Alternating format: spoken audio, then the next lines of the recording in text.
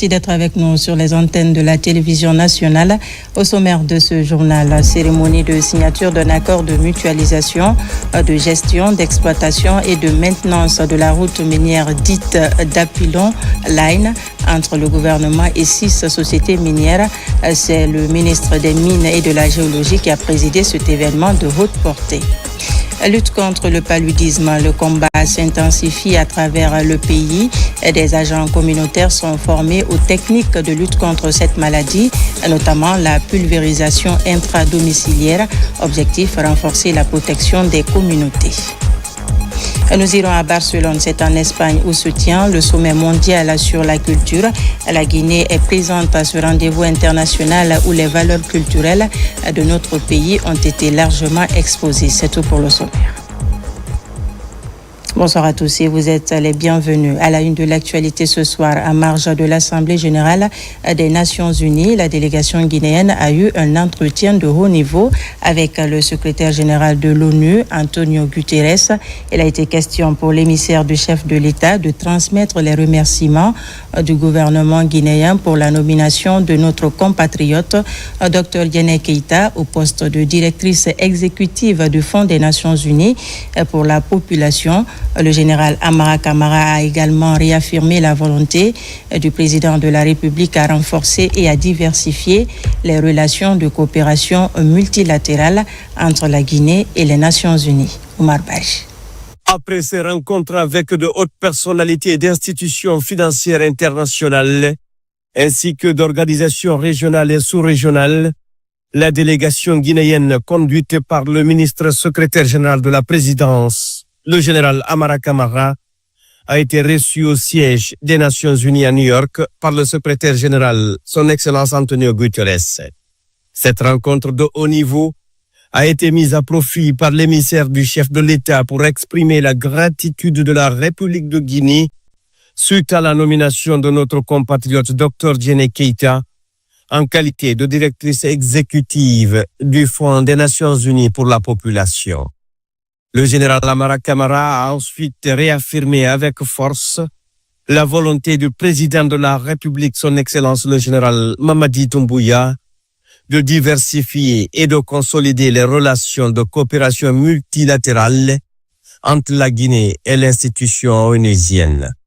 La délégation guinéenne, qui est conduite par le général Amara Camara, le ministre secrétaire général de la présidence de la République, a été reçue aujourd'hui par son Excellence M. Antonio Guterres, secrétaire général des Nations unies. Je voudrais rapporter exactement ce qui s'est passé lors de cette réception organisée par le secrétaire général. D'abord, le secrétaire général a commencé par féliciter notre pays et féliciter particulièrement le chef de l'État, le général Mamadi Doumbouya, pour l'organisation paisible, dans la paix, dans la sécurité du référendum qui s'est soldé par une large victoire du oui et une participation très élevée. Ensuite, le secrétaire général des Nations unies a dit qu'il a un sentiment particulier pour la Guinée. Il l'a répété aujourd'hui, que c'est grâce à la lutte de la Guinée, la lutte africaine pour la libération des colonies portugaises, qu'il y a eu une sorte de jonction de lutte entre les socialistes qui étaient à l'intérieur et la lutte de libération soutenue par la Guinée. Et que c'est parce que la libération de la Guinée-Bissau, des îles du Cap-Vert et les autres colonies, c'est parce que ceci a été effectif qu'il y a eu la révolution des œillets. Et c'est ça qui a sorti le Portugal de la dictature. Donc il dit que la Guinée a participé à la sortie du Portugal de son pays de la dictature. Deuxièmement, il a dit que la Guinée a participé à plusieurs luttes de libération et surtout a fourni des troupes pour la paix. Il a aussi remercié et félicité la Guinée. Il a dit que la Guinée, et je répète exactement ce qu'il a dit, il a dit que notre pays est dans une révolution positive. Que ce qui se passe en Guinée est une révolution positive. Et ensuite, il a dit que la Guinée est un îlot de paix et de sécurité dans une sous-région mouvementée. Après, il a dit que la Guinée peut compter sur les Nations Unies pour son accompagnement vers les élections présidentielles législatives pour parachever la transition dans notre pays. La délégation guinéenne conduite par le ministre secrétaire général de la présidence, le général Amara Camara, est sortie de cette audience avec la satisfaction d'avoir exposé et bien expliqué la vision du président de la République, son Excellence, le général Mamadi Doumbouya. Ballet diplomatique de haut niveau à New York, en marge des travaux de la 80e Assemblée générale des Nations unies. La Guinée accentue sa diplomatie, conduite par le ministre secrétaire général à la présidence. La délégation guinéenne enchaîne les rencontres stratégiques. Compte rendu Fatmata Kourouma, Fatmata Samoura, Aboubakar Kouita. À New York, en marge de la 80e session ordinaire de l'Assemblée générale des Nations unies, la diplomatie guinéenne s'est déployée sur plusieurs fronts. Conduite par le ministre secrétaire général de la présidence de la République, le général Amara Camara, la délégation guinéenne a multiplié les rencontres bilatérales de haut niveau. Première étape, le siège du Fonds des Nations unies pour la population. La délégation guinéenne y a été reçue par la directrice, notre compatriote, Dr Diéné Keita. Au nom du président de la République, son Excellence le général Mamadi Doumbouya, le ministre secrétaire général a transmis les félicitations et le soutien de toute la nation à cette femme leader, modèle et source d'inspiration. En geste symbolique et hautement diplomatique, le général Amara Camara lui a remis un passeport diplomatique guinéen, cadeau du chef de l'État, signe de fierté nationale et de reconnaissance pour son parcours. La directrice exécutive de l'UNFPA a salué de son côté la vision du président de la République et les efforts entrepris pour hisser la Guinée au rang des pays émergents. Elle a particulièrement salué l'adoption de la nouvelle constitution, gage d'un cadre fiable de coopération avec la communauté internationale, et a réaffirmé l'engagement de l'UNFPA à mobiliser des ressources en faveur de la Guinée. La délégation a aussi rencontré la présidente de l'Assemblée générale de l'ONU. Deuxième étape de ce ballet diplomatique, une rencontre avec le président du groupe de la Banque africaine de développement, Dr Sidi Ould Tah. Au centre des échanges, l'appui au développement économique de la Guinée et la mobilisation des financements pour le projet structurant Simandou 2040. La BAD a exprimé sa satisfaction face aux performances macroéconomiques enregistrées et au leadership du chef de l'État avant de réitérer son engagement à soutenir la Guinée dans ses ambitions de transformation. C'était une occasion donc pour moi d'écouter d'abord les nouvelles orientations de la République guinéenne et aussi de faire une présentation sur ma vision pour le groupe de la Banque africaine de développement. Ce que je peux vous dire, c'est qu'il y a un alignement entre les deux visions et que nous allons travailler ensemble pour que la Guinée puisse se développer davantage en fonction de cette nouvelle vision.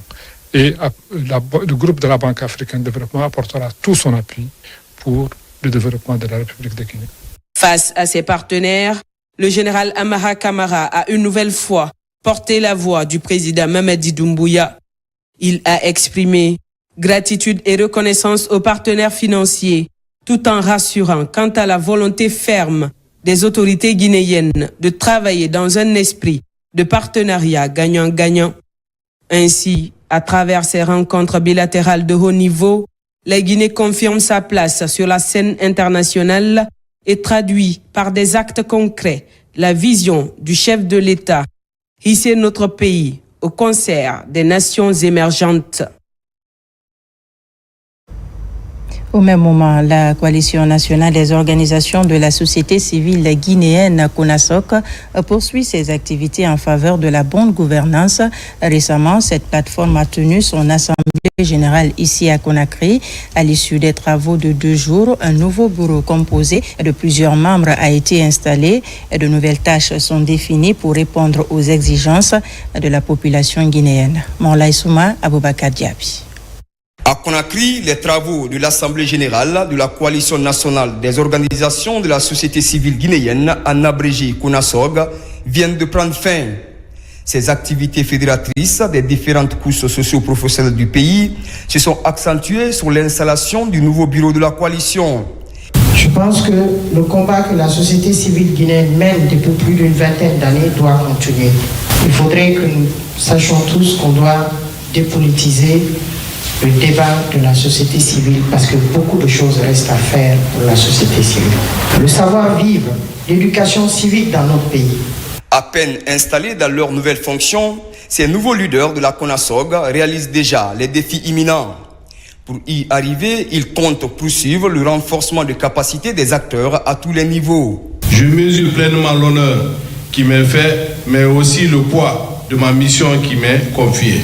Depuis sa création le 1er novembre 2007, la CONASOG s'est imposée comme une voie incontournable de la société civile dans notre pays et au-delà. Ce rappel de responsabilité des acteurs de la vie nationale va contribuer à qualifier davantage le service public guinéen. Nous avons connu beaucoup de pouvoir, nous avons connu beaucoup de systèmes, nous avons connu beaucoup de gouvernance.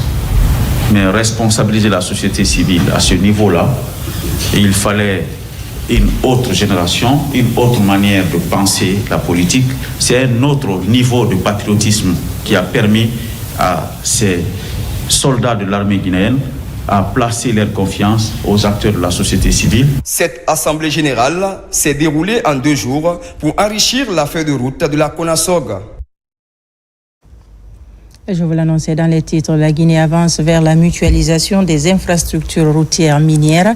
Le ministre des Mines et de la Géologie a présidé ce vendredi la cérémonie de signature d'un accord de mutualisation, de gestion, d'exploitation et de maintenance de la route minière dite d'Apilon Line entre le gouvernement et 6 sociétés minières évoluant dans la préfecture de Boké. Cet accord cadre a pour objectif de sécuriser et d'optimiser le transport des minéraux. Martin Francina Duno, Kandesila. La zone de Boké est un pôle majeur d'exportation de bauxite en Guinée.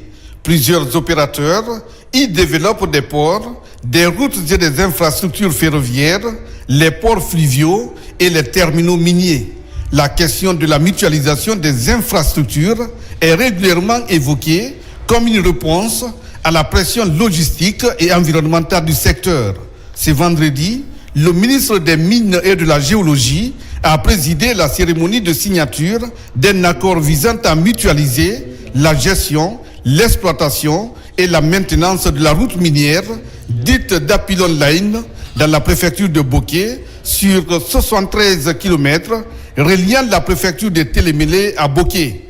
Conformément à la politique du gouvernement dans le cadre de la mutualisation des infrastructures connexes aux mines, dans le but de maximiser les revenus pour l'État à travers l'Agence nationale des infrastructures minières, des négociations ont été engagées sous l'égide du ministère des Mines entre l'Agence nationale des infrastructures minières, l'ANAIM, et 6 sociétés pour pouvoir utiliser la route minière d'Apilon afin de réduire les impacts environnementaux et sociaux à l'égard des communautés, mais également de réduire les coûts de production des différentes sociétés à l'effet de maximiser les revenus de l'État, parce que quand les coûts opératoires des sociétés sont minimisés, ça augmente la rentabilité des différentes sociétés et par ricochet les revenus fiscaux attendus par l'État. Grâce à cet effort collectif, nous envisageons une augmentation de plus de 50 millions de tonnes dans l'exploitation de bauxite. Une preuve concrète de ce que nous pouvons accomplir lorsque nous unissons nos forces autour d'un objectif commun. Si cette étape peut sembler modeste, elle constitue en réalité une base solide pour une planification stratégique et une croissance durable. C'est un accord historique et bénéfique pour la Guinée puisqu'il formalise la première mutuelle dans le domaine des infrastructures routières. Désormais, un protocole d'entente est scellé entre le gouvernement, représenté ici par le ministre des Mines et de la Géologie, et un groupement des sociétés minières évoluant dans le corridor d'Apilon, Winning Alliance Port, Dynamic Mining, Achapora Minex, CDM Chine, TBA, Cambia Bauxite Mining et d'autres opérateurs présents dans le bassin de Boké, dont l'ANAIM est concessionnaire ou régulateur au compte de l'État. Cet accord est véritablement l'illustration de notre engagement constant à nous inscrire dans la vision du chef de l'État, son Excellence le général Mamadi Doumbouya, qui veut faire du secteur minier un catalyseur clé de notre souveraineté économique. Sa mise en œuvre effective constitue une réelle opportunité vers une exploitation minière plus responsable, plus efficace et plus vertueuse en matière sociale, économique et environnementale.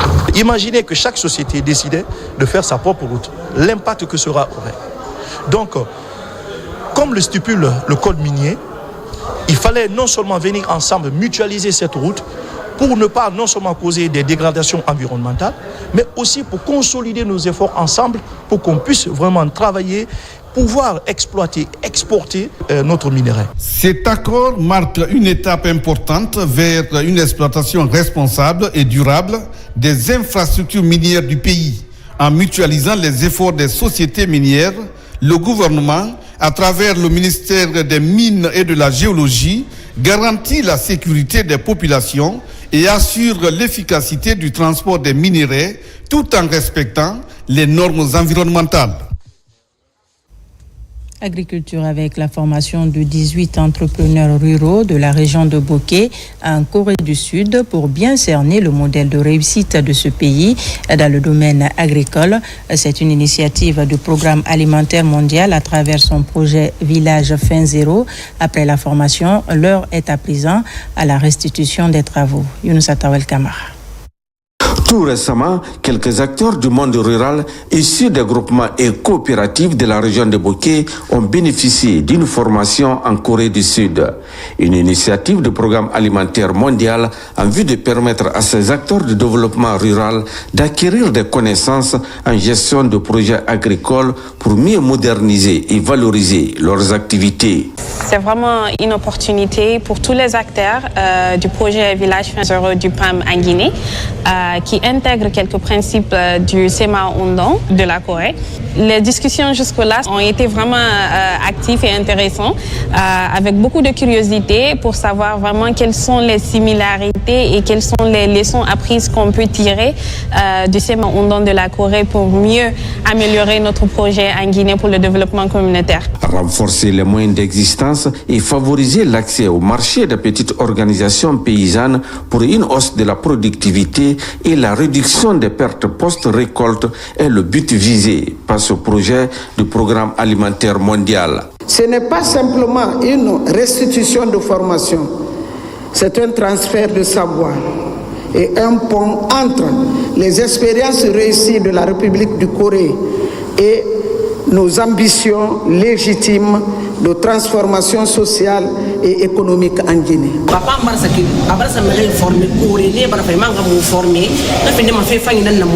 Nous sommes très contentes de ce projet du PAM. Le modèle du Corée que le PAM veut expérimenter chez nous pourrait nous permettre de moderniser nos activités agricoles.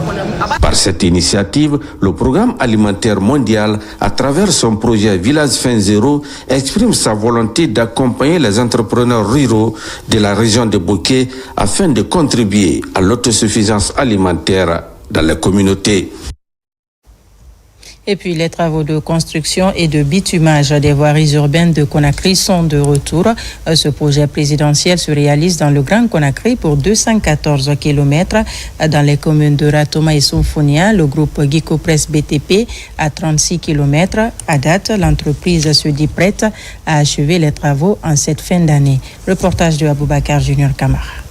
Après les grandes pluies, les travaux de construction et de bitumage de 214 km de l'initiative présidentielle reprennent dans tout le Grand Conakry. Ici, dans les communes de Ratoma et Somfonia, 36 km sont confiés au groupe Gicopress BTP. Les moyens logistiques, techniques et matériels sont mobilisés par l'entreprise afin de livrer les chantiers avant le 31 décembre prochain. On est en train de régler la couche de fondation actuellement qui va recevoir la couche de base en GNT 0,35 et après le bitumage dès que la période est favorable. Et là, c'est le début. Ça veut dire que les travaux de bitumage seront continus jusqu'à la fin des travaux. Pratiquement tous les moyens sont mis à disposition pour finir avant fin décembre. Pour ce fonctionnaire international à la retraite, ces travaux de construction et de bitumage des voiries de Conakry constituent l'un des moyens forts de développement, mais aussi de lutte contre l'insécurité dans les quartiers. À cette étape, on est convaincu maintenant là que la route est en train de progresser dans le bon sens et que d'ici peu, nous allons être complètement désenclavés et ça va faciliter les mouvements, ça va faciliter beaucoup de choses parce que la route est un facteur de développement.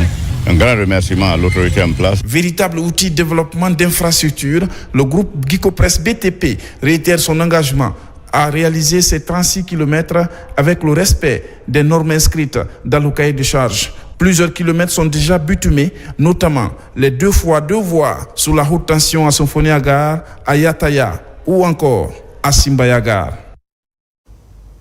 Pendant ce temps, à Mafereya, des agents communautaires sont formés aux techniques de lutte contre le paludisme, notamment la pulvérisation intradomiciliaire, une initiative soutenue par Rio Tinto Simfer et pilotée sur le terrain par le Club des Amis du Monde.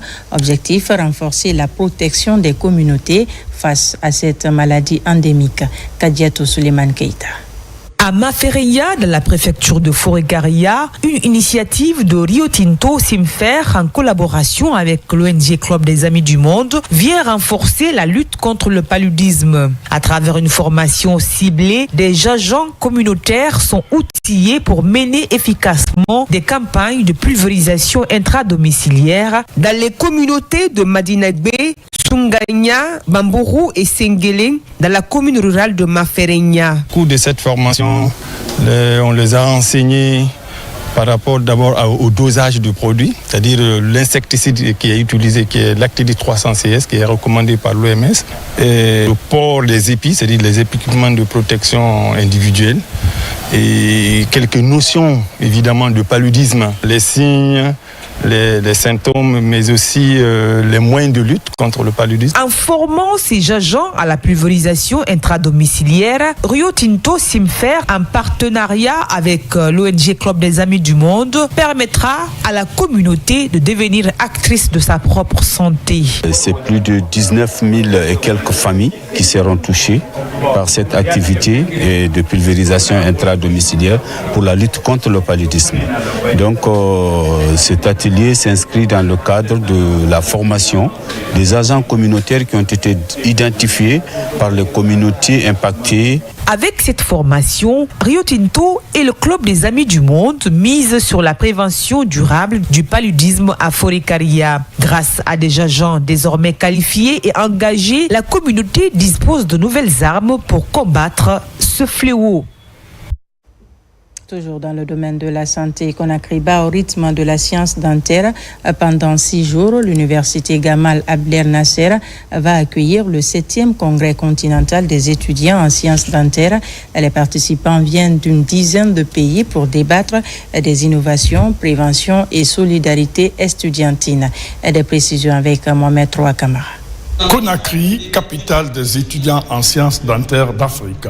L'université Gamal Abdel Nasser a accueilli le 7e congrès du réseau continental, l'un des plus grands rendez-vous du genre. Ce congrès, en premier lieu, met en lumière l'excellence des étudiants, car ça renforce nos compétences, promouvoir la santé bucco-dentaire. Nous ne manquons de rien ici en Guinée et nous espérons que dans les prochains jours, le congrès sera le lieu de partage et d'amour entre les étudiants en sciences dentaires de l'Afrique de l'Ouest. Pendant 6 jours, les participants venus d'une dizaine de pays ont débattu les grands enjeux de la santé bucco-dentaire entre savoir scientifique, solidarité estudiantine et intégration régionale. C'est un réseau qui permet aux étudiants de tisser des relations, car ce sont eux qui seront après les futurs chirurgiens dentistes, les futurs spécialistes de la sous-région. Pour chaque étudiant qui revient à son pays, c'est un messager de la santé bucco-dentaire dans la sous-région. Les discussions ont mis en avant deux priorités, la prévention des maladies bucco-dentaires et les innovations de la technologie qui transforment la pratique. Le thème principal, cette fois-ci, est la santé bucco-dentaire chez les enfants. Et chose qui est vraiment la bienvenue parce que nous savons tous ce que ces problèmes bucco-dentaires, de caries dentaires, posent dans la population générale, mais surtout chez les enfants. Un congrès marqué par l'enthousiasme et la volonté de bâtir un réseau africain plus fort. Rendez-vous est donc pris déjà pour la 8e édition attendue l'an prochain dans la sous-région.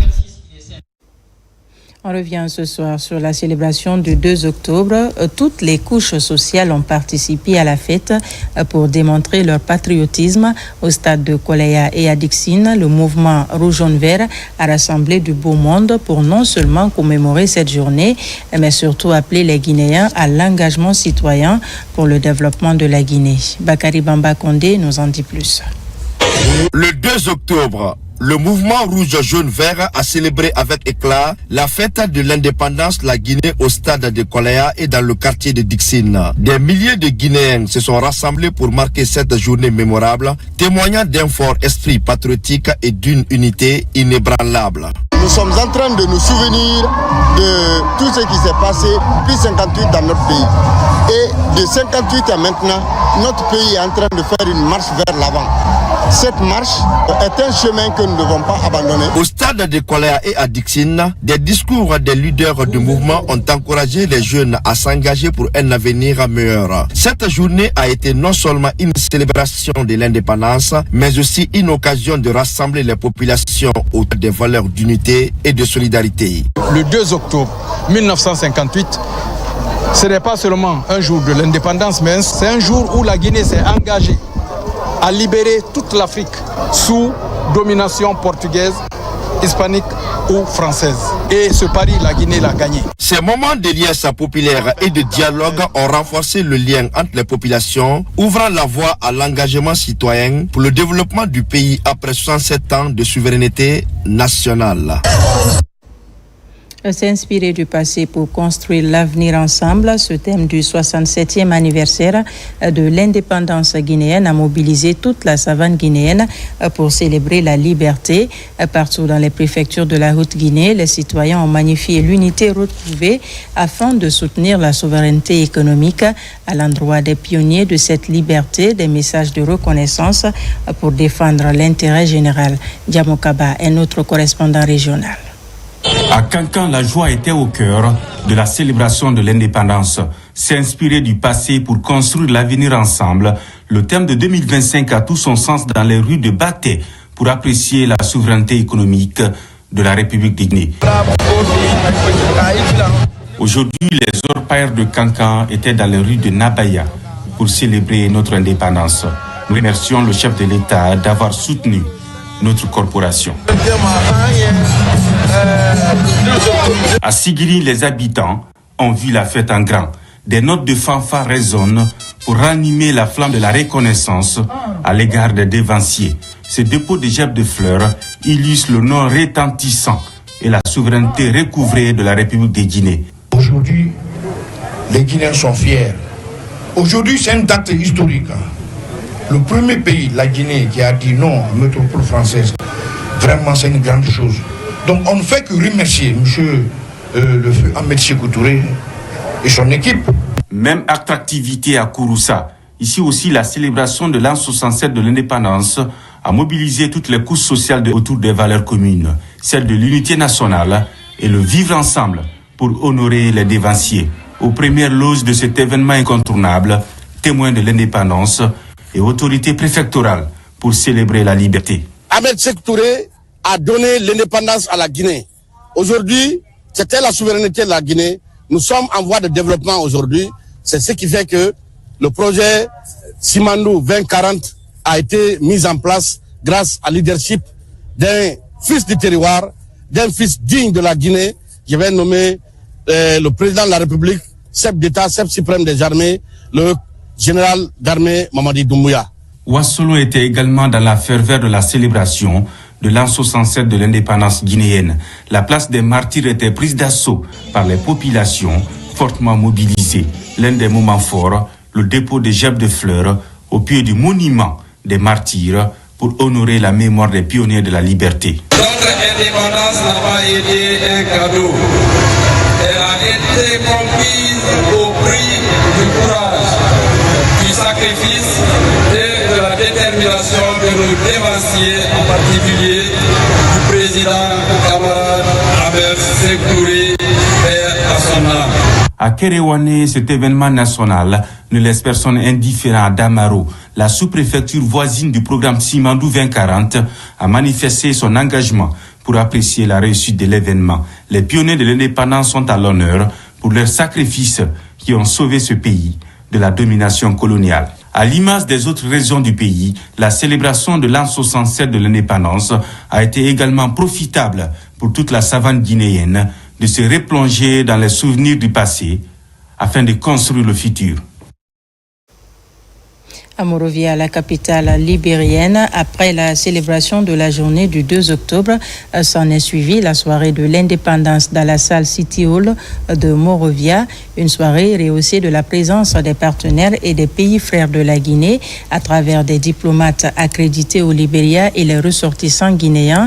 Des hommages sont rendus aux héros et martyrs guinéens par l'artiste malienne Wassa Kouyaté. Le film de la soirée avec notre envoyé spécial Mohamed Lamine Kamara. C'est une soirée de l'indépendance rehaussée de la présence des corps diplomatiques africains et d'ailleurs accrédités au Libéria. Des membres du gouvernement libérien, des invités venus de la Guinée, le personnel de l'ambassade ainsi que des ressortissants guinéens. À travers ce banquet, l'ambassade de la République de Guinée donne un cachet particulier aux festivités commémoratives du 2 octobre ici à Monrovia. Je saisis ce moment solennel pour solliciter l'accompagnement continu de tous les partenaires bi- et multilatéraux de la Guinée dans la réussite de la volonté du gouvernement guinéen visant au retour de l'ordre constitutionnel dans un bref délai. J'ose espérer que vous aurez une oreille attentive à ma sollicitude. À ce moment heureux de fierté guinéenne, l'internationale malienne Wassa Kouyaté partage la scène avec des jeunes artistes vivant au Libéria. Au rythme d'une ferveur d'unité africaine, des hommages sont rendus aux braves femmes et aux martyrs de la souveraineté nationale de la Guinée.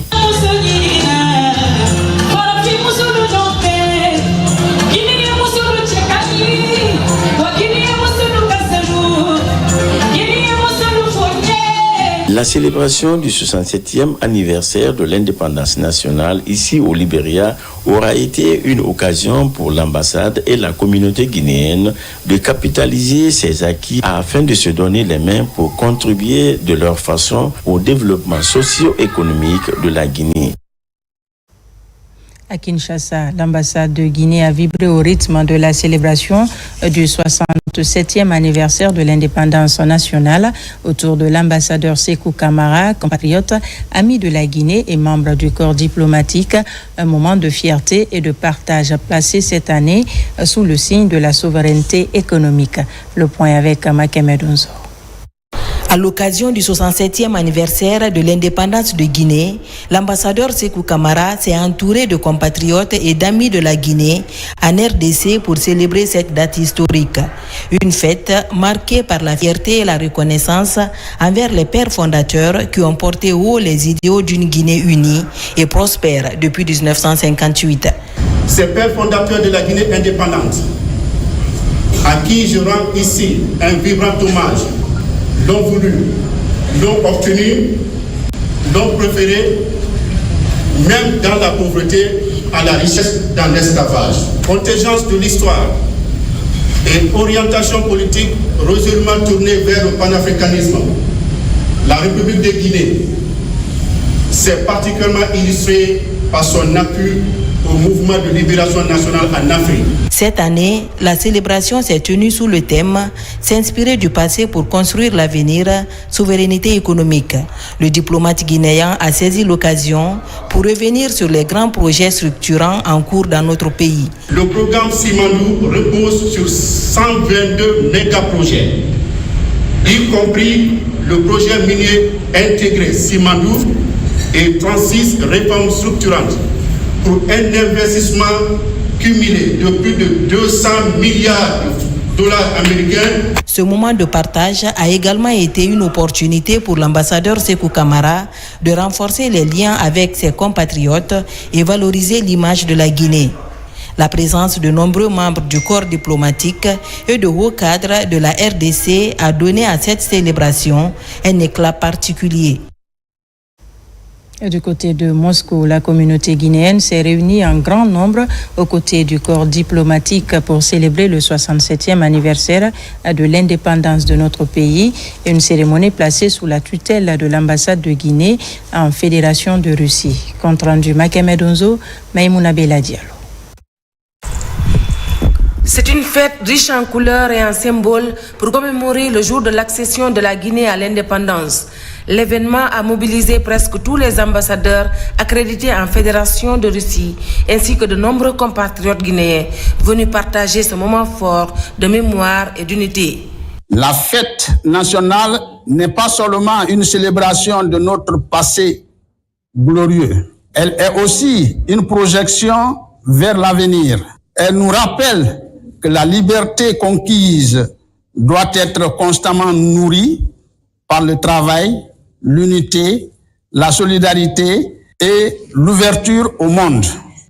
Sous l'impulsion clairvoyante de son Excellence le Président de la République, le général Mamadi Doumbouya, la Guinée s'engage résolument sur la voie d'un avenir harmonieux. Ce 67e anniversaire est l'occasion de rendre hommage à nos pères fondateurs, mais aussi de saluer l'excellence des relations de coopération entre la Guinée et la Fédération de Russie, dans un esprit de respect mutuel et de partenariat gagnant-gagnant. Aujourd'hui, nous célébrons la fête nationale de la République de Guinée, créée il y a 67 ans. Cette fête est l'issue du référendum du 28 septembre 1958. Et dès le 4 octobre 1958, notre pays a établi des relations diplomatiques avec la jeune République guinéenne, qui dès le début a été amicale, ce qui a été confirmé par notre histoire. Après les discours, place à la convivialité. Un buffet aux saveurs guinéennes et une animation musicale ont clôturé la soirée dans une ambiance chaleureuse et festive. En direction Barcelone, dans un autre registre où se tient le sommet mondial sur la culture. Sur place, la délégation guinéenne a porté le tricolore national à travers une brillante présentation de 2 thèmes sur la culture et l'éducation et la culture comme vecteur de paix. Les panélistes ont également apporté des explications détaillées sur le second pilier du projet Simandou. Mohamed Souma, Amadou Touré. Cette deuxième journée a été consacrée à l'animation de 2 panels par la délégation guinéenne. Portée par son ministre de la Culture et de l'Artisanat, la Guinée a brillé par sa présentation du thème portant sur le second pilier de son méga-projet minier Simandou 2040 relatif à l'éducation et à la culture. Au nom du président de la République, son Excellence le général Mamadi Doumbouya, expliquer aux panélistes, mais également à l'Assemblée qui se trouvait là, la vision de notre pays au niveau de ces 2 thématiques. Au niveau de l'éducation et culture, nous avons expliqué que le programme de développement de notre pays sur les 15 prochaines années, Simandou 2040, plaçait l'éducation et la culture au rang des priorités et que les revenus miniers avec le gigantesque projet minier Simandou devaient constituer donc un levier de développement socio-économique consacré en priorité à l'éducation et à la culture. Au-delà de ce thème, la mission guinéenne a aussi développé la thématique sur la culture comme vecteur de paix. Par des exemples tirés de notre histoire, les panélistes ont renforcé la position de l'UNESCO sur la gestion pacifique des conflits. Sur la thématique culture et paix, nous avons mis en avant des mécanismes endogènes de prévention et de règlement des conflits qui existent bien avant la Déclaration universelle des droits de l'homme. Je ne veux pas remonter jusqu'à la charte de Kourkanfouga au XIIIe siècle, mais nous avons mis l'accent sur les réalités propres à la Guinée au niveau de la région forestière au sud de la Guinée. Ce sommet international de Barcelone est une occasion de réfléchir et de proposer des solutions aux questions importantes mondiales telles que la paix, l'éducation, la connaissance, les droits de l'homme et la diversité culturelle. À présent, le contenu de ce communiqué. Le ministère de l'Enseignement technique, de la formation professionnelle et de l'emploi informe l'ensemble des candidats et le grand public que le concours d'accès aux écoles techniques et professionnelles se déroulera du 6 au 12 octobre 2025 sur toute l'étendue du territoire national. Ce concours est ouvert aux candidats qui ont postulé aux écoles techniques et professionnelles publiques de toutes les filières, aux écoles techniques et professionnelles privées pour les programmes de santé uniquement. Pour accéder au centre de concours, chaque candidat ayant reçu son PV à travers la plateforme Parcours Pro doit obligatoirement se munir d'une pièce ou à défaut d'une pièce pouvant l'identifier, badge du bac ou du BEPC, carte d'électeur régionale de l'enseignement technique, de la formation professionnelle et de l'emploi pour toute information complémentaire relative au centre, aux modalités de participation et aux conditions d'accès. Pour la ministre, le secrétaire général, Dr Julien Bongono. Et pour finir, depuis quelques jours, le nouveau gouverneur du district 403A1 du Lions Club est en séjour de travail à Conakry. L'occasion est mise à profit pour conférer avec certains ministres autour des actions humanitaires pilotées ces derniers temps par le gouvernement guinéen. L'hôte de la Guinée a par ailleurs réaffirmé l'engagement du Lions Club à travailler davantage avec les autorités du pays. Karim Kamara nous signe ce reportage. Le gouverneur du district 403A1 du Lions Club dépose sa valise en Guinée afin de louer les efforts liés à l'humanitaire.